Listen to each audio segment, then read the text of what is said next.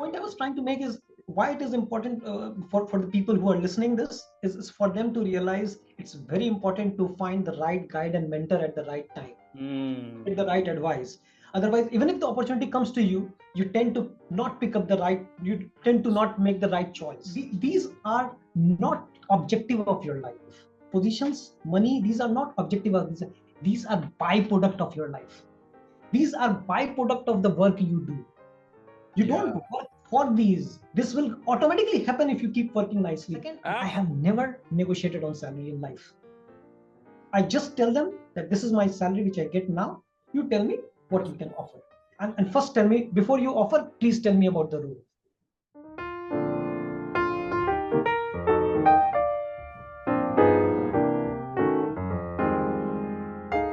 So great morning, audience. Today it's an extremely high degree of pleasure for me. Sorry to use some formal words, but yes, I'm talking to a person who is the managing director and CFO in Middle East and India in a company called Narrated Group. We are talking to Amit Agrawal. And of course, before that, Amit has been the group CFO. Amit, actually, I'm just taking the liberty to explain because normally to say, otherwise, normally we get into the flow and then people say that you do not talk about the guest, so we are trying to guess.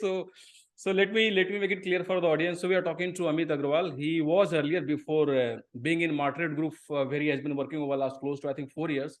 Yeah. He was the group CFO in Avivo Group, and before that, he was the CFO in Jasim Transport and Steve Dory. And before that, he was the director, Global Capital Management, Global Investment House. Yeah, amazing journey, Amit. I can see that. And before that, Amit has worked in Afghani Group. I think Amit has worked in Dubai and before that in Kuwait.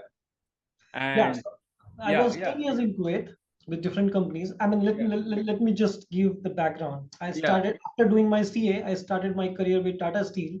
First 2 years in coal mines, and then rest of 4.5 years in Jamshedpur. Yeah, Jusco, Jamshedpur Utility and Services Company, correct? Yes, so Jusco actually was my creation. I don't know if you know. So Amit, I'll just pause you. Sorry to pause the managing director. Sorry. Amit, actually, audience, let me share with you one thing that I know Amit from the days of Tata Steel Limited when he was, as he said, that he worked in a mining area for 2 years. And Amit has been a person who has been breaking his comfort zone, that's for sure. Because even while working in Tata Steel, he moved from West Bokaro Division, which is the name of the mining area where he worked, where I had the privilege of working with Amit. And then he moved on to Jamshedpur in Jusco. And then, of course, he moved out of India. He worked in different countries, different people, different cultures. Amit, I recall when I think of my experience while working with you from the days 20 years ago, I think of a person who was absolutely exuberant, super confident, super energetic, super charged. I don't know whether in those days we had any kind of energy drinks. I don't think you used to take any of this, but you're super charged. I recall some of these moments when some person has come back from the office and he is still worried. He's thinking about some kind of interaction which the person must have had with the boss. And Amit comes and says, "Hey, great evening," and then Amit jumps in, with his energy, and then he used to break ice with all the people. So very nice, Amit. I'm just thinking about those days. So Amit, first of all, welcome. Hearty welcome to you, because I know I have been sending these invites to many people because I think everybody has got lots and lots of stories of inspiration which has to come up, and this is the best way. Of course, in addition to this, I also write books, but then that's something which takes time. But this is something which happens quickly. Still, many people think, rethink. Some people go back, they will think, rethink. But we are talking to Amit, who has been breaking comfort zones, and I think every moment at different stages in life aspects. I mean, see, I had a very, very humble background, right? I come from a very small town called Muzaffarpur in Bihar. Born, brought up there, studied, was an English medium student. And unfortunately, Muzaffarpur only had up to 7th standard English medium. So I had to go to boarding school for that. Parents were not very affluent, so they could not afford high-end schools like Gwalior and in Pilani. I had actually given tests for that and qualified for that. But you qualified for BITS Pilani? Ranikhet, Pilani. Ranikhet. Oh, again, Birla's school, right? Birla school. For even for senior school, Gwalior, I got the admissions, but I could not go because the family could not afford. So, but chose to go to a more reasonable, close by, something which was in Rajendra Agriculture University in Samastipur. So there was a boarding school, went for 2 years there. And after that, I decided that I have to do something in life. I cannot go back and sit at my father's family business of Yeah. a shop, right? So decided to do, okay, let's take up commerce. Maths was good. Took up commerce. Went to Yeah. Calcutta to study, and when I went to Calcutta, I soon realized that, okay, no, I mean, science is possibility, but let's take up commerce. Commerce is something which comes easily to me. So you moved from Muzaffarpur to Kolkata when you got into commerce, right? Is that correct? So from Muzaffarpur, I moved to the boarding school in 9th, 10th. I did in a boarding school in Samastipur, Rajendra Agriculture University, Pusa. Okay. This was a good school because it was basically meant for the professors and their sons and daughters of Rajendra Agriculture University. Yeah. I had a good companionship there, and I mean, that was my first taste of, let's say, success, because when I joined there in grade 9, I was like, I thought that I was not able to stand in front of all these guys who were Those might be coming sons. from English. No, English was not an issue because I came from English medium, so English was not an issue. From different. The knowledge level and the kind of things that they used to discuss and the things that I used to. But surprise, I when I finished my 10th grade, I was second in the class. Wow, that was the first taste of the big success. And till date, I don't know how I got second in the class, because 4 of my colleagues were qualified for IIT first attempt from the same school, from the same class, from my class. And I still don't understand how I could get second, but I mean, something I must have done right. So I can take a pause here, Amit. I think I can say very confidently about you while talking to the audience that I've seen you growing in your career like very few people who I know have grown. That's absolutely clear, and of course we are going to hear from you. And that's a very inspiring story, because when I have been tracking your, I have once in a while you go to LinkedIn and check. Thanks to LinkedIn, we all get to know who is doing what. And of course, it's not for the sake of comparison, but it's just to check. And I have seen that you are one of those very few people from the group of people that I know personally. I can say that with confidence, who has been actually rocking in career in life and has been breaking comforts and has been doing a lot of things. So it's an amazing experience. So that was the first moment. And how did it feel, Amit? How did you feel when you found that you have? I was elated. I had no idea that I could get second in class. Because I mean, till today, those at least the top 5 guys in my class, I still rated them higher than me any day. I mean, they could solve theorems and equations and all, standing outside the class and drawing on the sand. So I'll just share with you one thing here, Amit. So I had joined, I think in 1993, not exactly during those days. So I was born and brought up in a small township called Sindri. It's a beautiful township, but very few people know about it. Very nice. One of the first industrial towns in India in 1951. And that is the place where we had the first fertilizer factory when Nehruji came, and all kinds of stories are there. Beautiful town, but very small. And then I go to Patna to a study to get admission in my plus 1, plus 2. And I see people, and I used to and in Sindri, I was you have got toppers, and so I was a topper in my school as well as among some other schools in the town. I was certainly a front bencher, and then I go to Patna, and then I become a backbencher, because I see people. I come to a college where at least 40 people used to qualify for IIT every year. And I'm there in the back bencher. I do not know how somebody just takes a chalk, comes to the board, and the teacher has just written a problem which is like very kind of different IIT kind of problem, where there is a monkey which is jumping on the tree, and there is a banana it is throwing. So what is the angle? What is the speed? What kind of questions you're talking about? Projectile and people who design missiles and rockets. That kind of. And this person just comes, a very young guy, shiny guy, who again must be one of the toppers from some of these schools in Patna. He comes and he sorts it out, he solves it, and I'm there. I do not know what to do. My confidence had gone rock bottom in those times. Fun, yeah. And I was looking at my target, which was basically getting 70% in the 10th. And I ended up with about 78.6%, which was second in the class. So I mean, I was elated, right? Wow. And I was only one student in the class of 42 who took commerce. Everybody else took science or arts or whatever. So among the class of 42, you are the only student who takes something which others have not taken, right? Absolutely. I'm the only one who took commerce. Until today, in that whole our school group, we have a WhatsApp group for that school, and I'm the only chartered accountant. I think Surprisingly, even in the Muzaffarpur school, in the class of about 70 people, Prabhatara school, that was the only English medium school in Muzaffarpur. 70 people, and from that school, all my friends are all across the world. I mean, including US, Europe, and even in Dubai, we have got a couple of friends. None of them went into commerce. I mean, that point in time, I think nobody looked at commerce as a subject to study. Everybody wanted to get into science and then possibly to arts and go for UPSC and things, or engineering, or becoming a doctor. I think I mean, coming from the place that we come from, of course I came from Sindri is in Jharkhand, which is not far away. It's like close by from the place where you grew up. I recall one thing, that all the parents wanted their kids to become either of the three. One is doctor, second engineer, third is UPSC, especially in that part of the world. From there, taking a decision, I think no surprises that you have achieved all the success which you have, and I'm pretty sure are going to set bigger milestones. So you always have decided to do something which is different, but which is something which comes close to your heart. So how did you decide on commerce? Let's get into that small seed moment. It's very interesting. It was quite easy for me. I mean, I loved maths. I loved physics, but I didn't like chemistry, and I didn't like biology. So maths, and I had to make a career. I loved economics as well.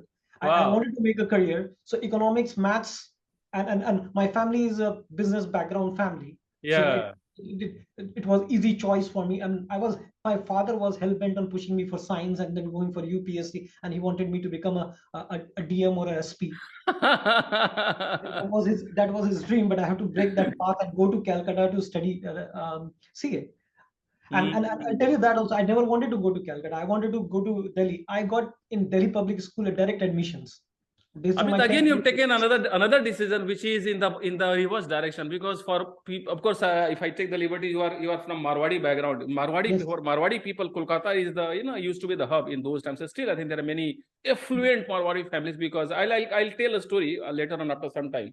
When I went to Jaipur, and there is a place called Ringas village from where many Marwadi people have come up, including Mr. Anil Agrawal from Vedanta. So I'm going to talk of that story, and then we'll have some interesting interaction. So you again take the reverse direction, right? You come to Delhi instead of going to Kolkata.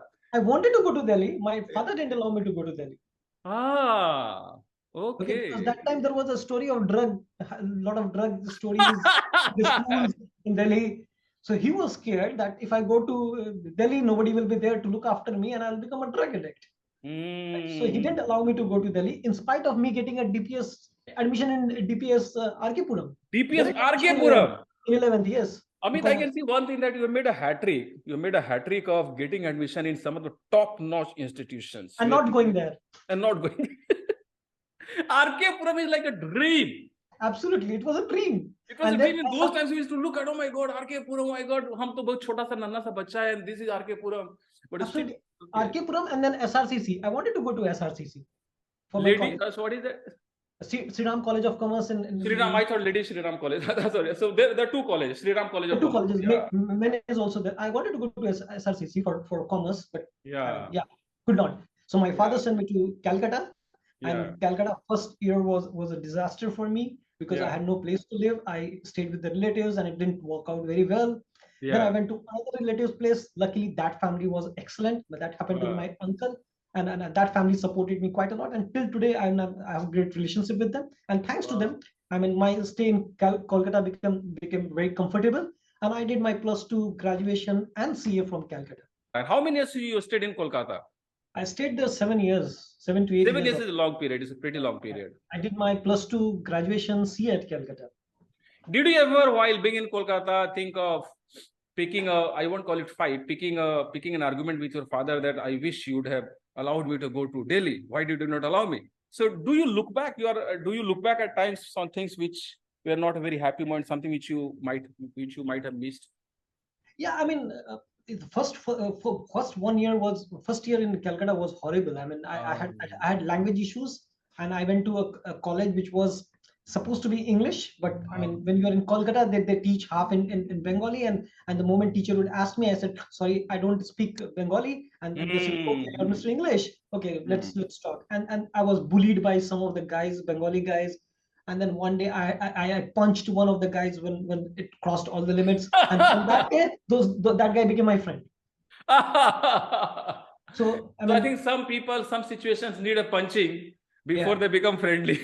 Yeah. and then I picked up the language. I understood. I learned it. And then slowly, Calcutta is a city where you fall in love if you stay. I mean, you might not like it in the first year, and then I had a great group of friends, and then Calcutta became home.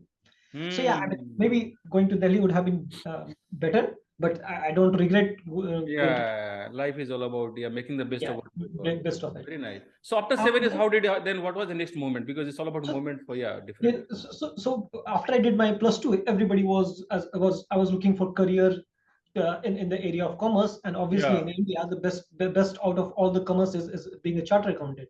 You can become a company secretary, you can become a cost accountant, but CA is CA, right?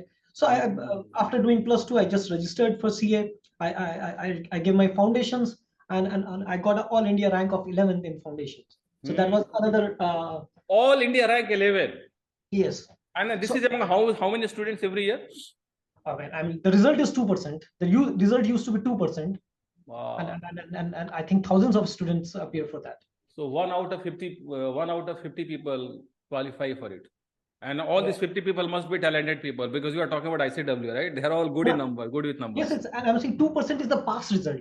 And I got all India 11th rank in that. You got 11th rank among this. Yeah. Wow. And I'll tell you the story of that. So to pass CA, all you need is you have 4 subjects exams, and you need 40% in each subject, and overall 50% aggregate. So I was focusing in getting 60% marks in all the subjects. I went for my first exam, accounts. I came back and said, okay, accounts done well. I am definite I will get 60 marks, no issues. Next day was maths. I went for maths exams. I gave my math exam and said, okay, well paper, I will get easily 60, no worries. Third day was corporate law. I went for corporate law exam and came back and said, okay, 60 is guaranteed. Fourth day, I didn't study at all. I said, okay, economics is my favorite subject. I don't need to study. And I'm already getting past. All I need is 40. Close my eyes. And I gave the exam. And I didn't even go to see the results.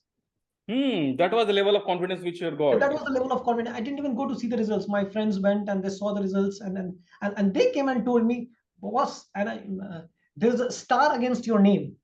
Okay. So what used to happen in the CA, that time there was no internet. So they used to print and put it on the wall of the CA Institute. And if you get a rank, then they used to put a star next to it. And after 2-3 weeks, you used to get a letter from the institute that you have got a rank. Or it used to be published in the CA magazine. Now my friends went and came back and said, hey, man, there is a star. I said, come on, it must be a mistake. No, I didn't even go to see. And then after a few days, the marks came out, and that said, I have got 292 out of 400. And I was said, what? My friend came and told me, what? 292? It's impossible. Almost 74%, if I'm correct, 74%. Yes, and I was targeting 200, right? And getting 292 on the spot.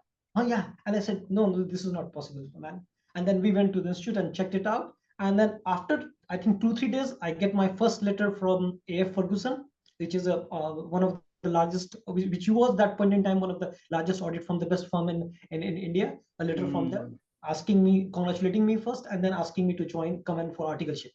In CA, you need to do articleship after doing the foundation.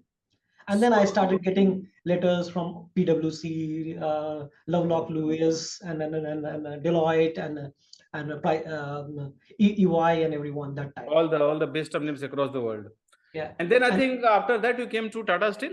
No, and that is where I did another mistake. Okay.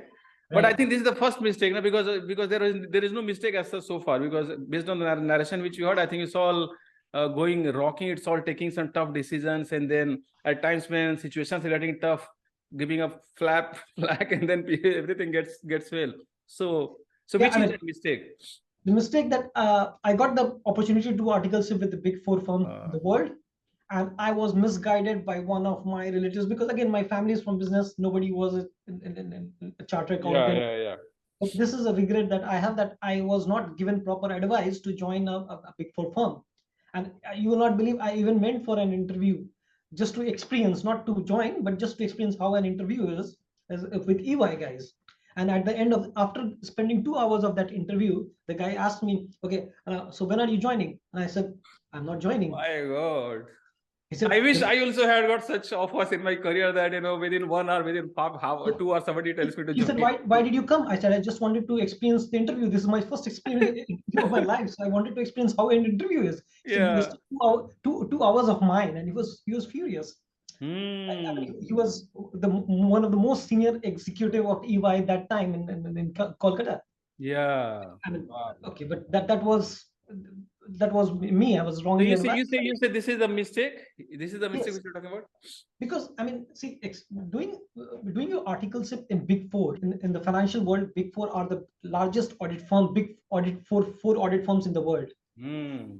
I mean, earlier there used to be Big Five, now they're Big Four. It's basically Deloitte, KPMG, EY, and Pricewaterhouse. Wow. Wow. And I had offer from all the four firms to come and do be the article. Awesome. I think I'm pretty sure audience knows that by now that we are talking to somebody who is absolutely excellent at his craft.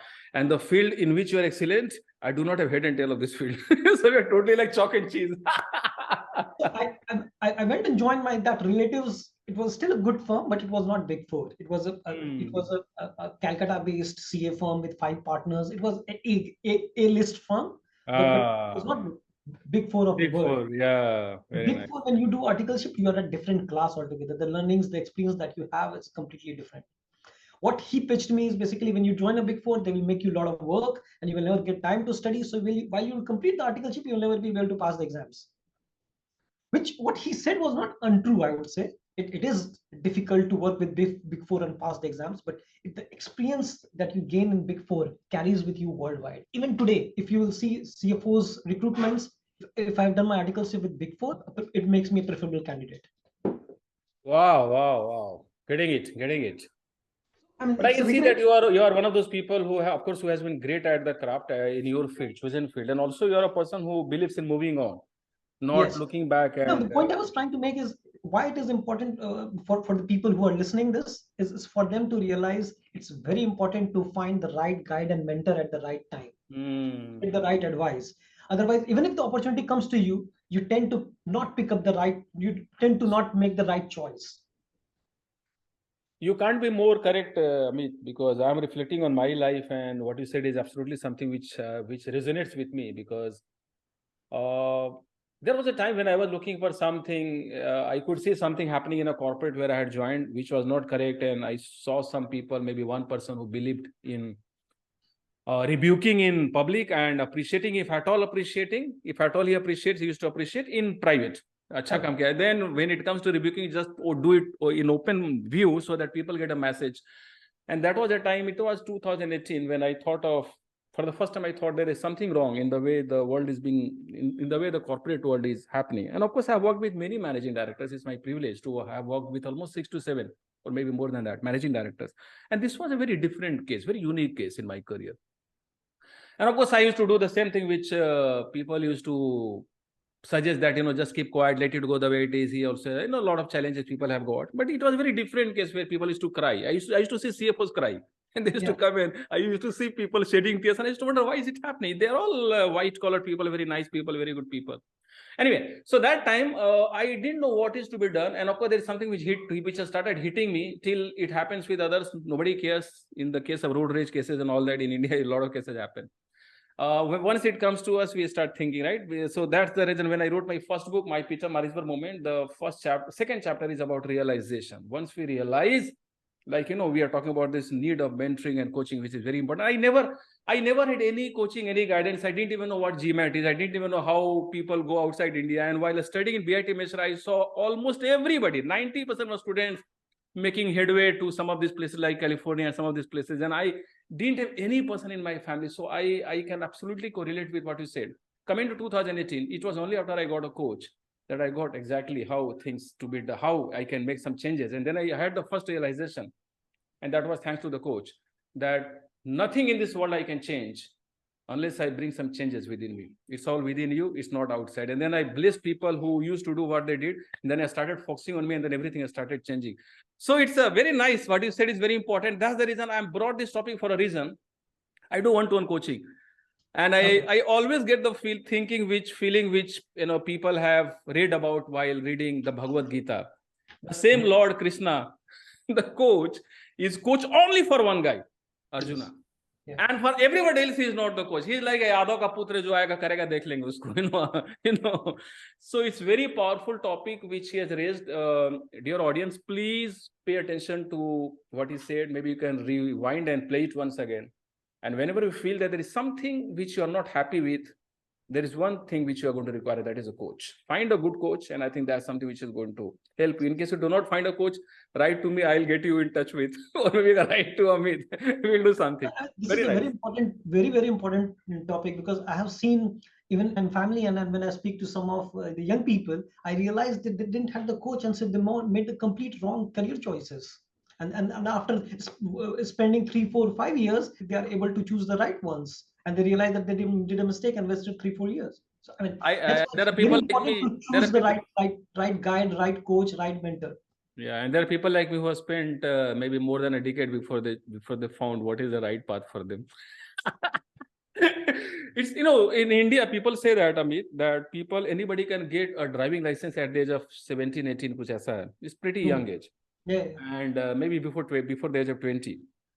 And people have to make a career choice even before they get license, which is absolutely a ridiculous thinking, because I know, because I make people follow certain processes. So on, first of all, people have to know themselves, what is that I'm good at. So there is something called vision, but my strength kya hai, my talent, which are my talents, what is my purpose, what is my vision, what are my goals, what is that I keep on thinking about. And then of course there are other things, habits and all those things to start happening.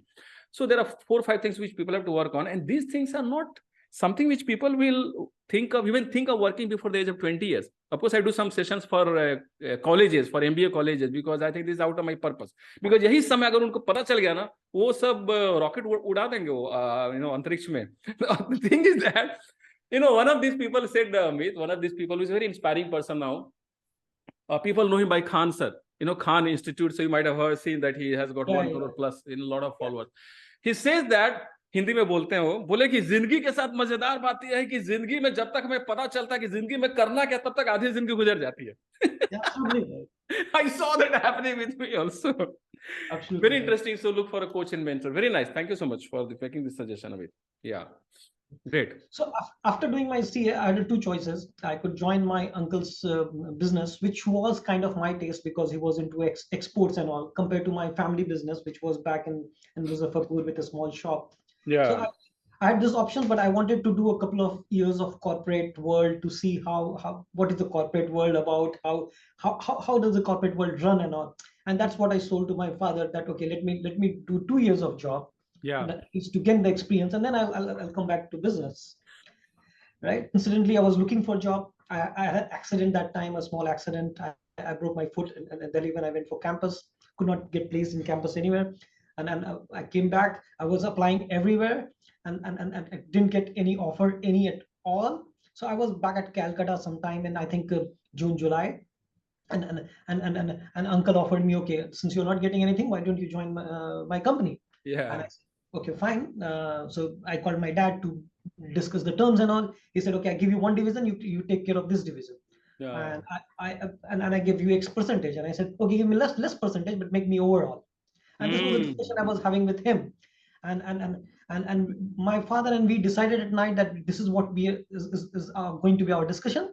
And we went to my uncle's place saying this next day morning. Yeah. And next day morning, before starting the discussion, I get a call from my flatmate in Calcutta, and he says, "Hey, you got an interview call from Tata Steel." I said, "Thanks for the person who made a call to you, because then otherwise I would not have met you." and in that moment, we were sitting for this meeting with uncle, and my father said, "Okay, tell me what we discussed. You tell him." And I said, "Oh, Dad, I have changed my mind." He said, "What? I have come all the way from Muzaffarpur for this. I'm sitting here for last 3-4 days discussing these terms, and now you have changed your mind? Yeah. And what has gone wrong?" He didn't know about the call. And I said, "Nothing, just I changed my mind. I don't want to join business right now. Yeah. I need some more time to think." He said, he got bursting and he got crazy. And then he was very upset with me. In the evening when I was dropping him at the railway station, I told him politely that I had got an interview with Tata Steel.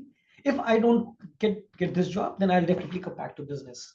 Mm-hmm. And I went for this interview at Tata Center in Calcutta. Yeah. Right? Now there were 30 candidates there, and every candidate they used to interview, and the guy used to go out, right? And the guys whom they liked, they used to ask him to stay back. Yeah. Okay. Okay. I was the 29th candidate in the interview. My interview, I went at 10 o'clock. My turn came sometime at 5 o'clock in the evening. Okay. I went for the interview. The first thing that I get heard from the interview, and at that time it was Nandra Jog, VP Finance that time taking Mr. interview. Nandra Jog, yeah. Yeah. Very well-known person. And he tells me, you are the youngest charter accountant we have called for the interview. So I didn't reply to that. The HR lady sitting Calcutta Center, HR lady, Mrs. Goa, she said, you should take an offense for it. I said, okay, why should I take an offense for it? I'm privileged that I'm the youngest guy in your Yeah. Very nice. So, and then one of the questions was very interesting in that. So they asked me, where do you think you see yourself 20 years from now in Tata Steel? And I said, CFO of the group. So Mr. Nandrajog must have looked at you. Oh, good. Mr. Nandrajog looked at me like, okay, what is this guy saying? 20 years from now, he wants to be on my seat. and he looks to Mrs. Guha and he asks him, how many years you have spent? She said, I have been here for some 22 years, 23 years. And then, okay, and what are you? She says, I'm a division manager. Yeah. And then he looks at, and then he looks at me. There was a partner of SBB Moria, our audit firm, also sitting for the interview. And then he says, oh, you're thinking of becoming CFO? See that you don't become a UFO, unidentified flying objects. Right? So that was the joke. And they took the whole interview and they were laughing on most of my answers. So I didn't realize how my interview went. And when I came out of the interview, they didn't ask me to wait. And I went home. And I went straight to a mandir crying. Okay. And I had my fight with my God. And I didn't come to my home till night 11 or 12 o'clock because this was supposed to be my last interview. Otherwise, I had to go to business, right? 11, 12 o'clock, I come to my flat and then my friend says, man, where are you? Where have you been? I said, what happened? We got at least 30 calls from Tata Steel. 30 calls? Yeah, they were asking for you. I said, oh, what went wrong? They didn't ask me to stay back. Yeah. No. The guy is coming tomorrow, planning to see us. I said, okay, fine. The next day, the guy comes in and makes an offer, come for medical test, and with a provisionary offer letter for the medical test. And I had to go for the medical test. Along with me, two more candidates were selected. 3 of us joined Tata Steel. That's how came to West Bokaro division. That's how. No. West Bokaro is another story. Ah, okay. Then I joined Jamshedpur, right? Okay. 3 of us. And we go through the induction plan in the finance department in Jamshedpur, 7 days. After the inductions, the 7th day, the GM finance that time, PK Ghosh, who was CFO of Tata, I think Tata Chemical or Tata Power. He recently retired. So PK Ghosh was the GM finance. He called me and he gave me a letter. Okay, go and join Tata Center, Calcutta. I was elated. And I was so happy. I came from Calcutta, going back to Calcutta. And it was like dream come true, right? And going in Tata Center, I mean, in Calcutta, Tata Center is like a building that you see it on the Dharamtala street, right? So I was elated, and I went back, put my things together, packed my stuff. My train was at 4 o'clock, right? And I get a call from his secretary at 2 o'clock after lunch to come and see him. And I go there and I sit there, and he says, okay, give the letter back, take another letter. Good transfer to West Bokaro. I was laughing because often in life I have seen that we see something which is too glittering, too shining, and then all of a sudden you see that there is something else happening, but that something else is also going to bring something new in our life. That's very important.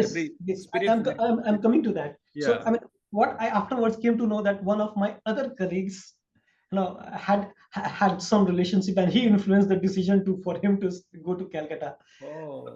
Okay, so that happens in life. Networking. So my first reaction was, fuck, I don't want to go to a coal mine. I mean, who's life in coal mine? I did all my CA and everything to go to coal mine. I'm not going to coal mine. I'll resign. Yeah. But thanks to some of senior colleagues there, they advised me, okay, if you want to resign, you can resign anytime. Just go and see how it is. I said, okay, I'll go. So I land up at Ramgarh railway station in the evening about 6 o'clock, 7 o'clock, and the car is nowhere to be seen. The guy was sleeping. I could not find the car. After a lot of difficulty, I found the car, and then he took me to a drive to West Bokaro, our Ghatutant. And that is There's like, no road. how was the first There's- experience? Yeah, there was no road, and there was no one to be seen. No lights, kacha road. I thought the guy is taking me hostage and going to kill me or something. I was scared like hell. Yeah. Only when I started seeing the light of the township, yeah, it appeared, okay, I am not a safe zone. So I landed up the guest house. And first day I went to office, I found my boss, Rakesh Chandra, excellent boss, one of the best bosses I had. Very, very gentle boss, very good boss. Very gentle boss, one of the finest finance person I know. I recall his face. I think for the first Yes. time after 20 years, I'm recalling his face. Yeah. And then he took me to meet Mr. Avinash Prasad, the general manager of. Very dynamic guy. Great dynamic guy. And I walk in, and I was young, you know, I was just 21. I was wearing a tight fit jeans with a round neck, white t-shirt. And the moment I walked in, Aditya Mishra was ADM Tech that time. And Aditya Mishra tells Avinash Prasad welcomed me and said, sit down and this and that. And he told Avinash, where are you putting him? He asked Rakesh, where are you going to put him? He said, no, I'm going to put him in purchase accounting. He said, no, I don't want purchase accounting. Put him into management accounting, where you do the analysis and all. Yeah. So transfer the guy from management accounting to purchase, and I want this young chap to be here. And in 6 months' time, I want to see a clone of you in Amit. This was the instruction. And that's when Aditya Mishra says, sir, Hindi mein hi sir. And so I'll say Hindi mein. Sir, आप क्या लड़का सब पे इतना कर रहे हैं, इसका हुलिया देख रहे हैं, ये माइंड में रहेगा, 6 महीने के अंदर में 6 महीने में अंदर में भाग जाएगा ये. Aditya Mishra is going to watch this video. He's very we are very well connected over last many years. It's very interesting. Yeah. I met Aditya Mishra a few years back in Qatar when he was in Qatar. Yeah, so I off and on keep in touch with him as well. So I'm just getting reminded of old days of Tata Steel. Yeah. The moment he said it hit me here, right, and it चुभ गया मेरे दिल में. ठीक है, I mean I was anyway not intending to stay, but when he said that कि लड़का सब क्या करेगा, भाग जाएगा, I said okay, मैं भाग तो जाएगा, but I will prove you a point before I भाग जाएगा. But I must say that those 2 years in West Bokaro was excellent year. Rakesh Chandra was a great boss, and Avinash Prasad was even better. Very, very dynamic. The kind of autonomy, the kind of power, the kind of learning I had there was immense. I have never seen a boss like that. I mean, Rakesh Chandra, Avinash used to call me directly for the meetings, and Rakesh never used to object. Usually, you would see in a company like that. Yeah, normally bosses are insecure. Hierarchy, right? You cannot go to a topmost boss without going through your bosses. And I had 3 bosses in between. And Avinash said, no problem. Rakesh used to say, no problem. Go and meet with Avinash. Whatever he wants, give him. Just keep me in the loop. Let me just review and check so that I make sure that you're going on the right path. That only means that you had a that again reiterates, that again revalidates the fact that Mr. Chandra was a very, very secure, very gentleman. I recall his face, very gentleman boss. So just to take a pause here, Amit, I think it's very important thing. In today's scenario, I think this has been happening in corporates over the last many years, many decades. But what I see happening very closely in corporates is that bosses, typically, many bosses are so insecure. Not everybody, but I'm talking about some bosses that I think everybody, everybody among the audience can think of at least one boss that we're talking about. They're so insecure that they will not like their team members, getting exposed to even peers, and what to talk about people who are senior to the bosses. And then companies are talking about empowerment, giving chance, giving opportunity, creating a culture of open interactions. So I think this is a real test of a boss, when the boss is so confident that he is absolutely perfect. Because boss knows that he is also a boss who is upgrading himself every single day, every single week, right? That's one of the things which is. And that also he asked me just to review and ensure that what I'm doing is right. Not to stop me, and he not to stop me, which is what I think makes me connect the dots. You said that Mr. Chandra was a very good boss, and we can connect it with that now. I wish audience, if you become a boss, in case you happen to be a boss at the moment, please make it sure that your team members do not get a feeling that they have got a glass ceiling above them. Let them feel that openness, open sky, fresh breeze, fresh air. And that will happen if you are a boss who is also upgrading yourself. You do not have insecurity if you keep on learning, keep on getting better, keep on adding value to you. So that's very important, an aspect of leadership. Thank you so much. Yeah, go on. And one very important point which I learned from Rakesh as well, he never used to sit with me and do work. Never.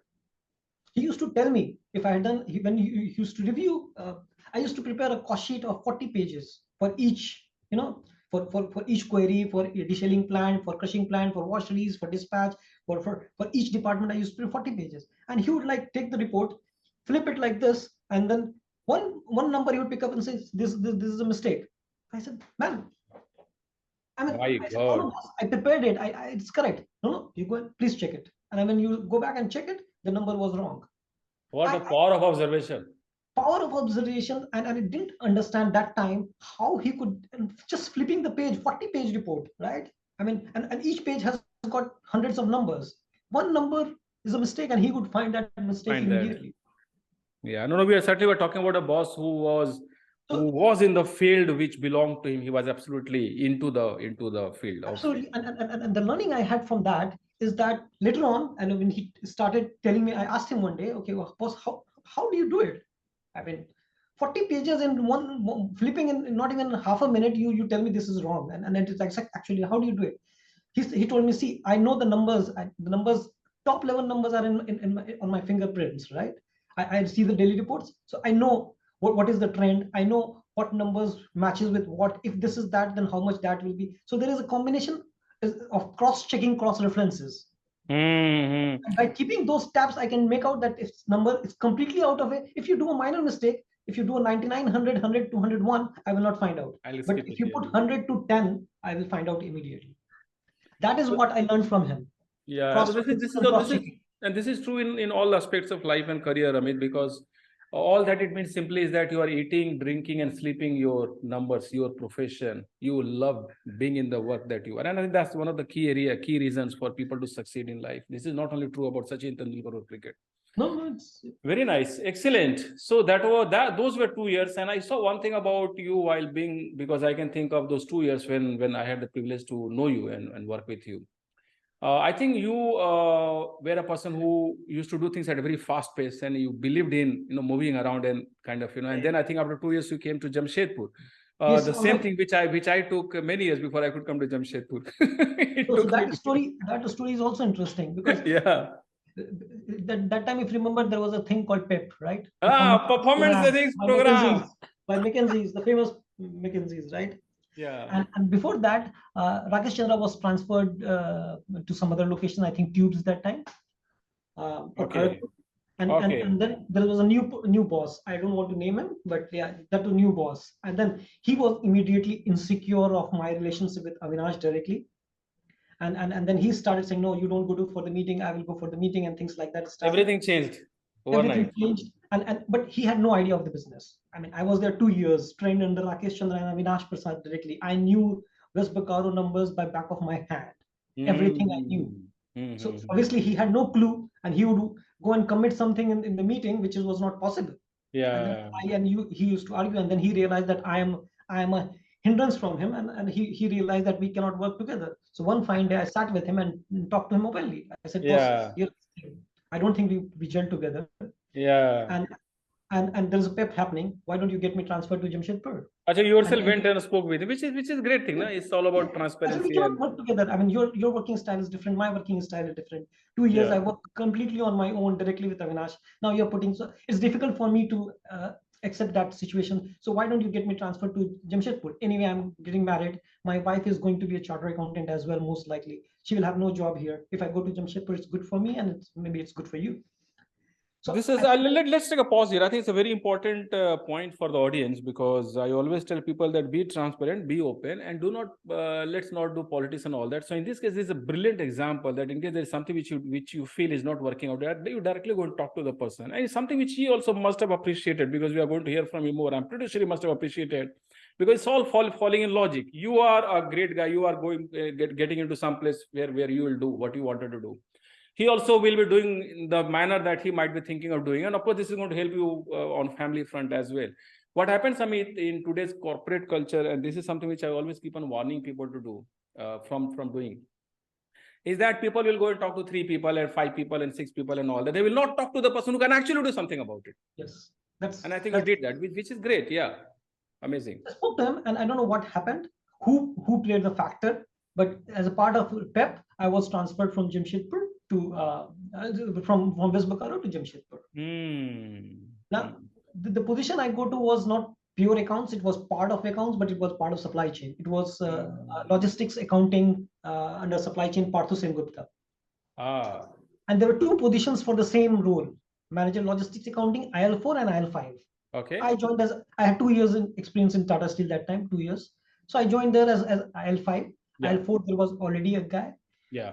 And then I started working, and it was a typical accounting job, which was basically invoicing, do the accounting, get the invoices, make the payments. So I was not enjoying that, because 2 years I was doing excellent work in terms of looking at feasibility reports, decision making, how to enhance performance. Those are the things that I was doing from the financial number. And then I go back to typical, typical transactional work, I call it. Yeah.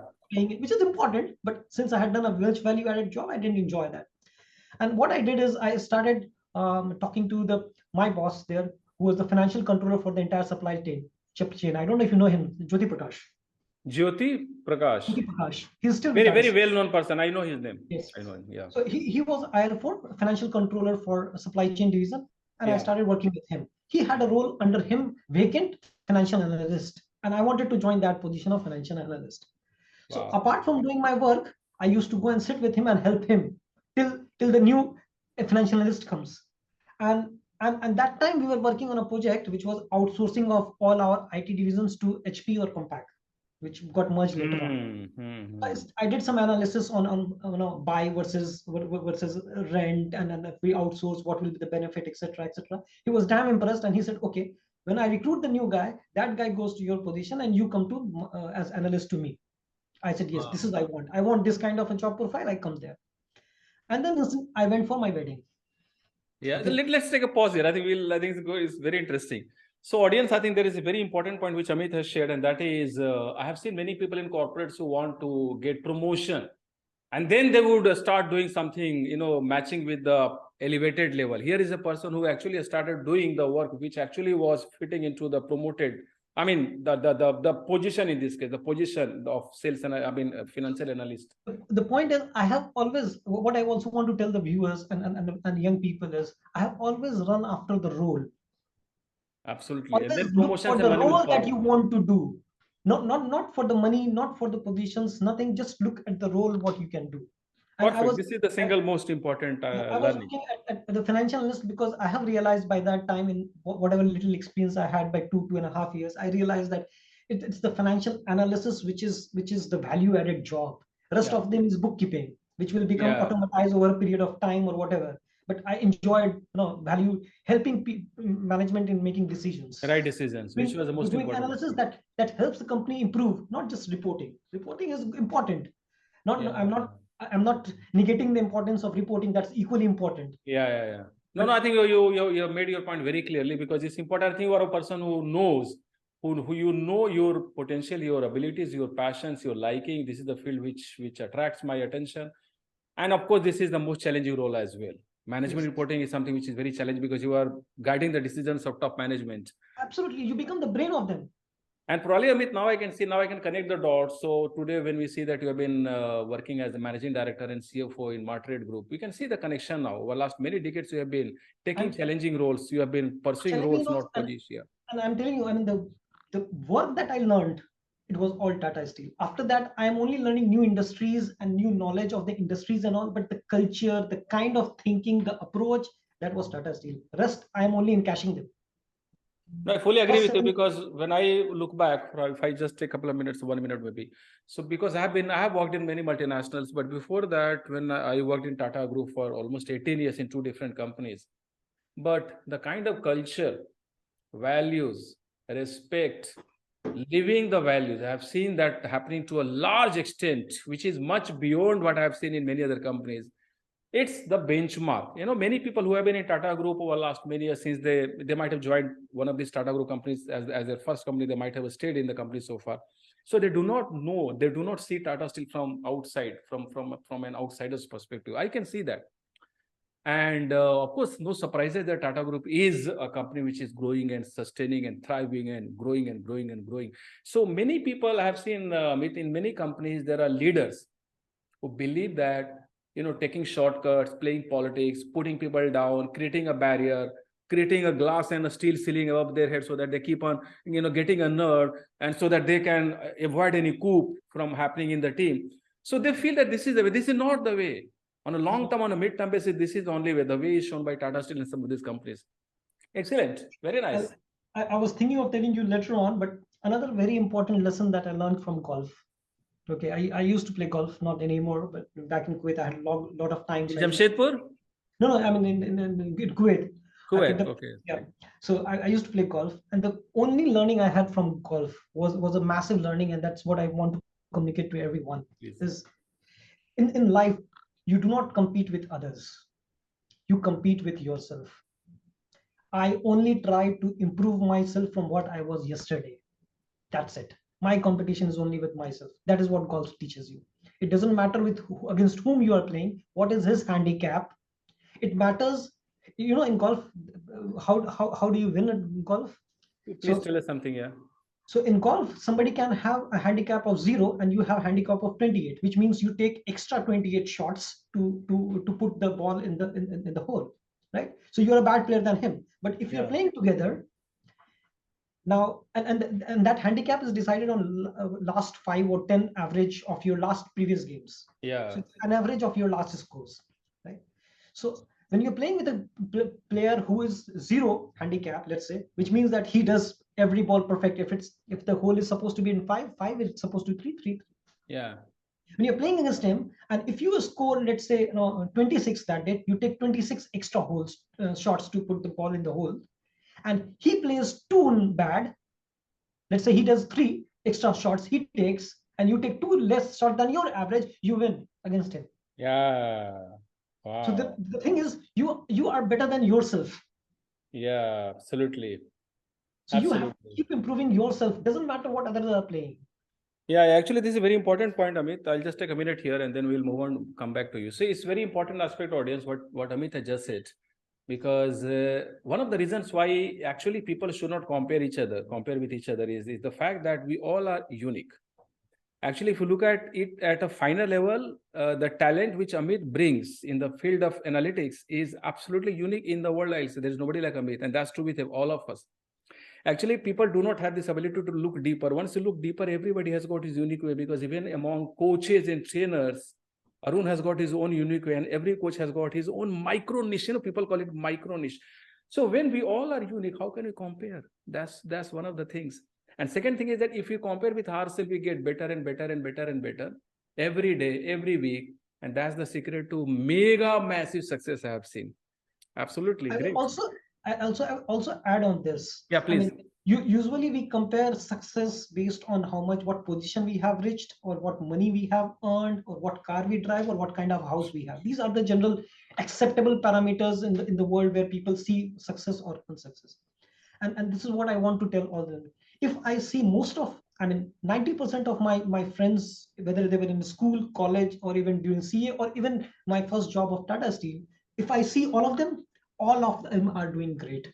Yeah. They're more or less similar positions. Yeah.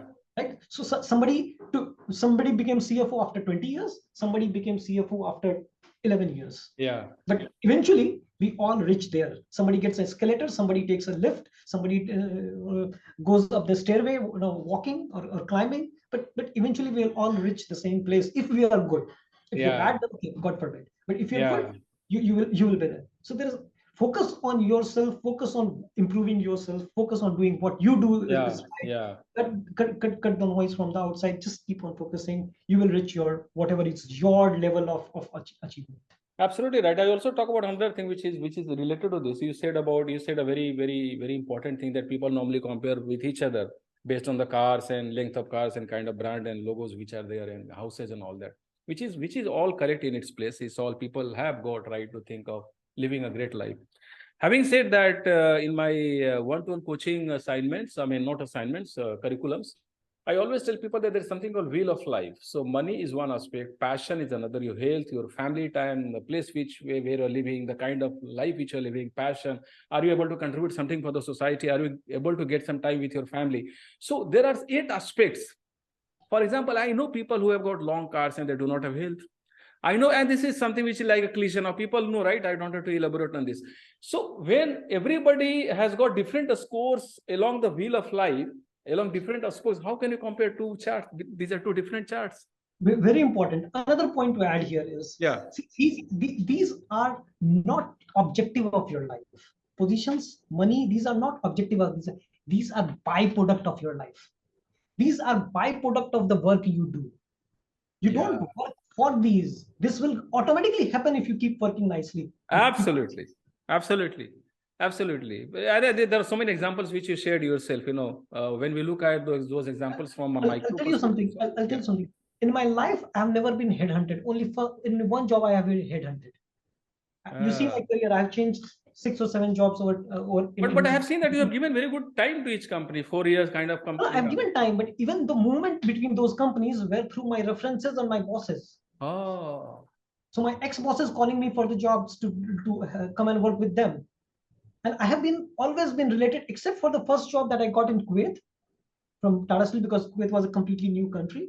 Yeah. Except for that job, I've never been headhunted. Always referred by my ex-bosses, my colleagues, my friends who had worked with me and seen the work. That's the kind of trust which you have built. Yes, that's one. And second, I have never negotiated on salary in life.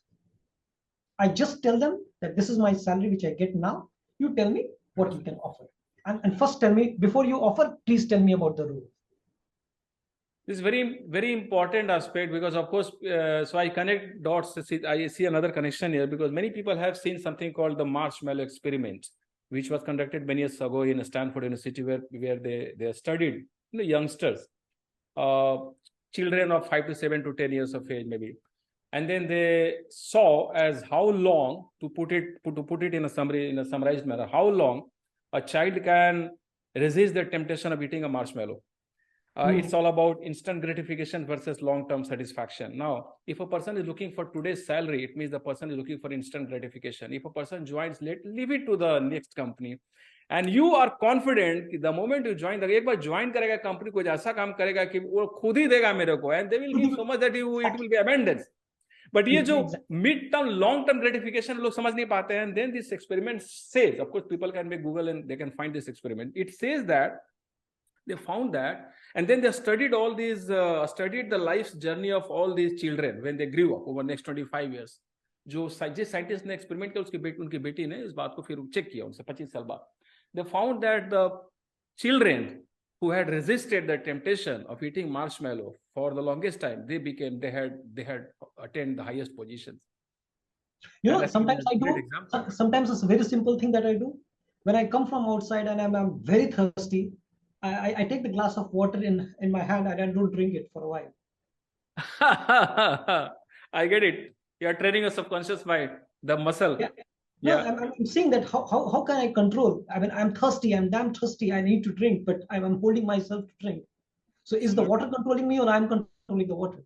Very important point, Amit. On this topic, we can have one hour session separately. It's a very powerful topic which you have said, and I think audience can get a clue from this. Whenever you feel like falling in temptation of doing something now, train your willpower muscle by delaying the gratification. That's so this is the point that you mentioned earlier.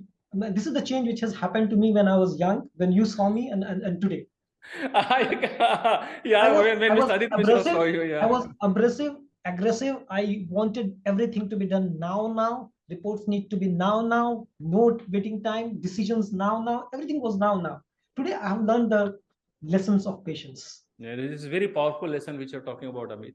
And I think that's the reason when I spoke with you over the last couple of years, I got a feeling that Amit is now very sincere, very patient, very serious also at times. And I wanted to ask, is it because of position? Is it because of life? So we all see life. This is the learning that I had over the course of my life. I mean, I had great bosses and great leaders and mentors who had taught me what were my weaknesses. I have worked on them over the years, and I have improved. And actually, So, when you joined Tata Steel in your early days of career, you wanting things to happen at the earliest, there was nothing wrong with it. The thing here is that since we're working with teams, everybody has got his own hair and tortoise, speed and all that. People are that's how it comes up. Very nice, Amit. And then you were about to talk about your wedding. I think you said that. Yes. So I went for my wedding, and he incidentally is also from Muzaffarpur. So he said that I'll come for your wedding, and I went for the wedding. And the wedding happened. He didn't come for the wedding. After 2 days of my wedding, I get a call from him. Right. So he says from your boss, right? Yes, from boss Jyoti Prakash. Yeah. Right? So he calls me and congratulates me, and then says, "I have a good news and a bad news. Which one do you want to hear?" I said, "Okay, give me the bad news first."